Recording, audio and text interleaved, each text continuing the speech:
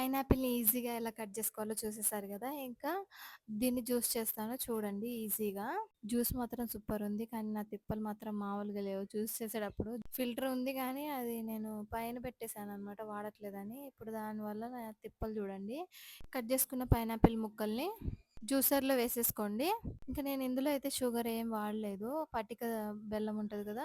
అది వాడాను బాబు కోసం అని జెప్పి. ఇంక మన కోసం అయినా షుగర్ కట్ జేసి ఇట్లా బెల్లం గాని, పటిక బెల్లం వాడుకుంటే మంచిది అందరికీ. ఇందులో ఐస్ క్యూబ్స్ ఏం వేయలేదు నేను.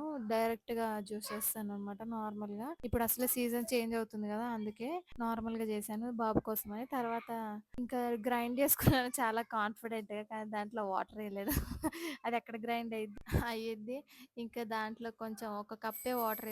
ఎక్కువ గూడా ఎయలే. కప్పు గూడా కాదు. కప్పుకి కొంచెం తక్కువ. ఇంకా గ్రైండ్ చేసుకున్నాను. గ్రైండ్ చేసుకున్నాక ఇప్పుడు మొదలైతాయి నా తిప్పలు. ఫిల్టర్ లేదు. క్లాత్ పెట్టా. క్రియేటివిటీ అనమాట ఇది. క్లాత్ పెట్టి దాన్ని పిండుదాం అనుకున్నాను. నాకు చాలా కష్టంగా అనిపించింది నాకు. ఒక రౌండ్ పిండేసి పక్కన పడేసాను.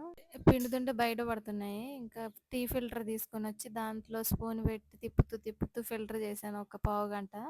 జ్యూస్ ఫిల్టర్ ఉంటే ఈజీయే. ఇంకా అయిపోయింది మన జ్యూస్ చేయడము. సూపరొచ్చింది జ్యూస్ మాత్రం పటిక బెల్లంతో. షుగర్ మానేసేయండి. పటిక బెల్లం బెటరు. పటిక బెల్లం గూడా అదే. కానీ షుగర్ కంటే బెటర్ గదా! కొంచెం ఇది.